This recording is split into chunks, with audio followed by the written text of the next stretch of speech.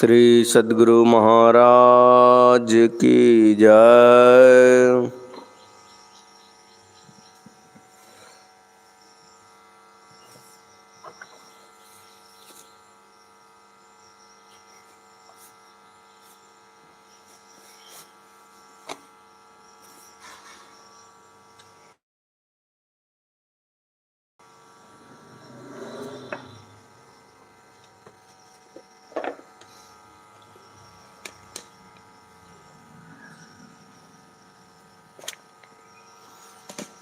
सद्गुरु महाराज का अमृतोपदेश महर्षि मिहि सत्संग सुधा सागर से प्रवचन संख्या 48। भोजन का प्रभाव मन पर भी पड़ता है। प्यारे धर्म प्रेमी सज्जनों, पापों का नाश करने के लिए लोग यज्ञ, तीर्थ, दान, व्रत आदि करते हैं, किंतु पौराणिक इतिहास से पता चलता है कि इस प्रकार दान पुण्यादि कर्म से पाप नहीं करता। हाँ, पाप का फल अलग और पुण्य का फल अलग भोगना पड़ेगा। महाराज युधिष्ठिर,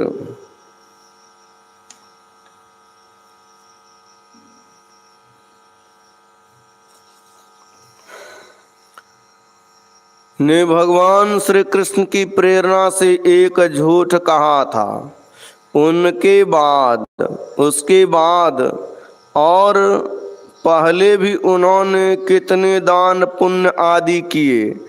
भगवान श्री कृष्ण का दर्शन तो बराबर और बहुत समय तक उनको हुआ ही करता था, किंतु पाप का फल उनको भोगना ही पड़ा। वह फल न भगवान के दर्शन और सानिध्यता से मिटा और न पुण्य कर्म से ही कटा।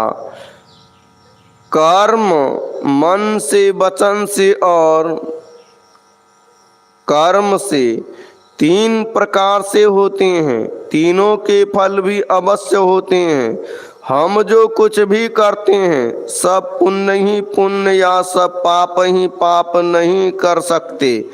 कुछ अच्छे और कुछ बुरे कर्म दोनों अनिवार्य रूप से होते रहते हैं तथा इन दोनों का फल इस लोक और परलोक दोनों में अनिवार्य रूप से भोगना पड़ेगा। कायिक, वाचिक और मानसिक तीन तरह से कर्म होते हैं और कर्म भी तीन तरह के होते हैं। कर्म में जो पूर्व संस्कार रूप कारण के बिना अथवा प्रारब्ध रूप कारण के बिना हो, वह पुरुषार्थ जनित क्रियामान कर्म कहलाता है। जिनके फल भोगे नहीं गए हैं, जो एकत्र हुए पड़े रहते हैं, वे संचित कर्म कहलाते हैं। और संचित कर्मों में से जिन कर्मों के फल को जीव भोगते हैं वे प्रारब्ध कर्म कहलाते हैं। हम लोगों के अनेक जन्म हुए हैं, अनेक जन्मों के कर्म को हम लोग भोगते रहते हैं।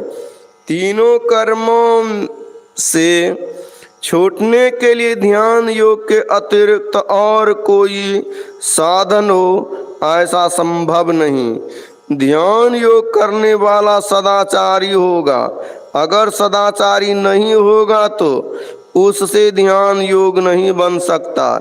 इसलिए हमारे यहाँ के सत्संग में पंच पाप, झूठ, चोरी, नशा, हिंसा और व्यभिचार का निवारण करने के लिए कहा जाता है। पाप कर्म करने वाला ध्यान की ओर नहीं जा सकता। कोई झूठ बोलता है, क्यों? पापों को छिपाने के लिए, किसी को ठगने के लिए। सब पापों को छिपाने के लिए झूठ एक आर पर्दा है। झूठ बोलना अनैतिक है। अनैतिक में बरतने वाला विषयासक्त होगा, वह निर्विषय की ओर बढ़ नहीं सकता। चोरी मत करो, चोरी कर्म करने वाला कितना अर्थ लोलुप है कि दूसरे का धन छिप कर लेने जाता है। मादक द्रव्यों के सेवन से तामस प्रधान राजसी वृत्ति होती है। ऐसी वृत्ति वाले को ध्यानाभ्यास में सफलता की प्राप्ति नहीं होती। जो व्यभिचारी है वह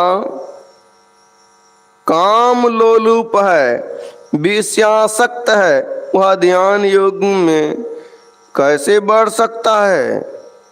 आहार से मन शुद्धि, आहार से मन बुद्धि पर असर पड़ता है।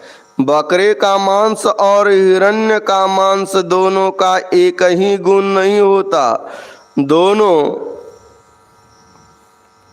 भस्म खाने से और गोईठा भस्म खाने से दोनों एक, सोना भस्म खाने से और गोईठा भस्म खाने से दोनों एक समान नहीं होता। रजोगुनी भोजन में चंचलता और तमोगुनी भोजन में मूढ़ता उत्पन्न होती है। सात्विकी भोजन में सात्विक ज्ञान, मनोनिरोध और शांति का गुण उपजता है। आजकल के कुछ नए ख्याल के लोग जिनके यहाँ पहले अंडा नहीं खाया जाता था, अंडा खाने लगे हैं, सुनकर दुख होता है। मानव शरीर का उच्च गुण जलचर, थलचर और नभचर आदि पशु पक्षियों के शरीर में नहीं है। अपने उच्च गुण वाले शरीर में नीच गुण वाले शरीरों का मांस और अंडा देकर अपनी बुद्धि को नीच गुण वाले शरीरधारी की बुद्धि की तरह मत बनाओ, क्योंकि भोजन का प्रभाव मन बुद्धि पर अवश्य होता है। यदि कोई बड़े कह दे कि अंडा खाने में हर्ज नहीं, तो जानना चाहिए कि उस बड़े से भी भूल हो गई है। यदि डॉक्टरी ख्याल से दूध और अंडा में एक ही शक्ति है, तो भी राजसी, तामसी और सतोगुनी ख्याल से वह भोजन के योग्य नहीं है।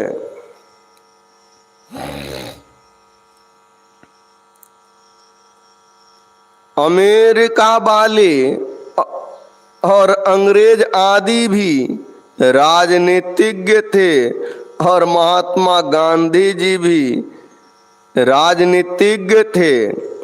वे लोग मांस मत्स्यादि खाने वाले थे और महात्मा जी ये सब नहीं खाते थे। उन लोगों ने दूसरे की खून खराबी करके अपनी सत्ता स्थापित करना सीखा, तो महात्मा जी ने बिना खून खराबी के ही अपनी सत्ता स्थापित की। खून खराबी के भोजन से वे लोग जो विज्ञान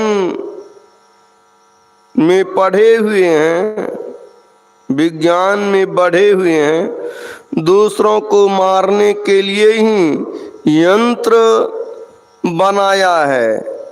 आज तक वे ऐसा यंत्र नहीं बना सके कि किसी मरे हुए को जिलावें। भारत में अशोक के समान बड़ा राज्य किसी का नहीं हुआ। अंग्रेज का भी यहाँ उतना बड़ा राज्य नहीं हुआ। अशोक बिना खून खराबी के शासन करते थे, मांस मछली नहीं खाते थे। हम लोगों के भारत का मस्तिष्क कैसा है देखिए। अशोक ने कलिंग की लड़ाई में बहुत से लोगों को मारा था।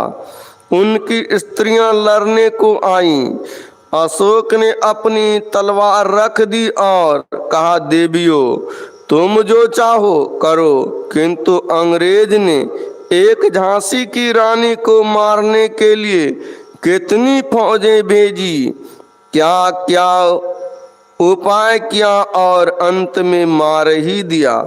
गुरु गोविंद सिंह जी के पास सिख शत्रुओं की कई स्त्रियों को कैद करके गुरु गोविंद सिंह जी के पास सिख शत्रुओं की कई स्त्रियों को कैद करके ले आए। उस पर गुरु गोविंद सिंह बहुत बिगड़े और उन सब स्त्रियों को उनके घर वापस करवा दिया और उन्होंने कहा, यदि शत्रु पाप करें तो हम भी वही करें। भोजन का प्रभाव मन पर पड़ता है, इसलिए संतों ने मत्स्य मांस आदि भोजन करने को मना किया। ध्यानाभ्यासी को सदाचारी बनना पड़ता है। सदाचारी पाप कर्म नहीं करता, उससे नया कर्म में पाप नहीं हो सकता। तब संचित कर्म जो है उसको वह भोगता है, किंतु सांसारिक लोगों के जैसे नहीं, उसको उन कर्मों को भोगने की शक्ति प्राप्त हो जाती है। ध्यानाभ्यासी को समाधि में कोई दुख नहीं होता। शरीर ज्ञान में आने से उसे दुख होता है, परंतु उसकी सहन शक्ति बढ़ा रहने के कारण वह साधारण मनुष्य की भांति दुख में विकल नहीं होता। दिन में गेंद खेलते समय पैर में चोट लगी, स्वप्न में उस चोट का दर्द नहीं है और स्वप्न में भी गेंद खेलता है।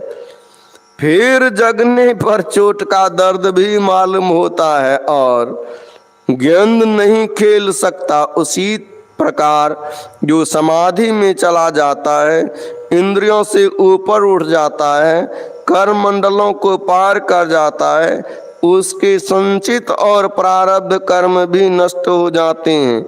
इसी तरह जानना चाहिए कि ध्यान योग से पापों का नाश हो जाता है और कर्म पाश का क्षय हो जाता है।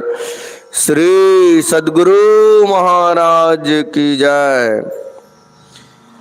यह प्रवचन संथाल परगना जिला अंतर्गत ग्राम कोरका के सत्संग मंदिर में दिनांक 11/3/1953 ईस्वी को हुआ था।